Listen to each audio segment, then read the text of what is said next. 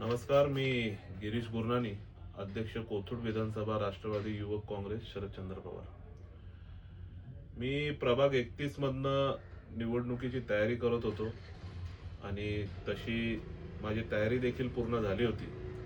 मी निवडणुकीचा फॉर्म देखील भरला होता आणि आज माझ्या पक्षाने मला एबी फॉर्म देण्यासाठी फोन देखील केला होता।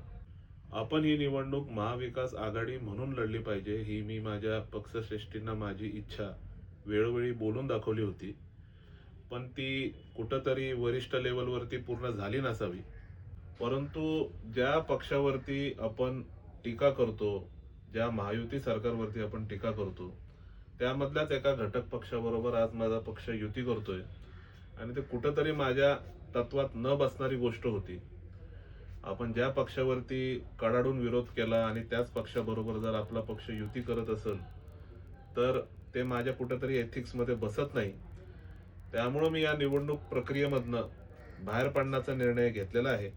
मी ही निवडणूक लढवणार नाही, कारण माझ्या हिशोबाने हे राजकारण जे आपण केलं पाहिजे कुठेतरी त्याला प्रिन्सिपल्स एथिक्स हे असले पाहिजेत आणि हे आत्ताच्या राजकारणामध्ये कुठंच दिसत नाहीये। तर तुर्तास तरी मी माझी भूमिका एवढीच आहे की मी ही निवडणूक लढवणार नाही। मी माझ्या वरिष्ठांवरती कुठल्याच प्रकारची टीका करणार नाही। माझ्या वरिष्ठांनी मला वेळोवेळी जिथे कुठे संधी दिली, मी त्याबद्दल त्यांचा आभारी आहे। पण मी ही निवडणूक आता लढणार नाही, मी या भूमिकेवर ठाम आहे। निवडणुकीच्या पूर्वतयारीमध्ये माझ्या सर्व मित्रपरिवाराने, माझ्या नातेवाईकांनी जी काय मला मदत केली, मी त्याबद्दलही त्यांचे मनस्वी आभार मानतो। तुम्ही केलेले कष्ट मी कधीच विसरू शकत नाही। मी हे नेहमी माझ्या स्मरणात ठेवीन। जय हिंद, जय महाराष्ट्र।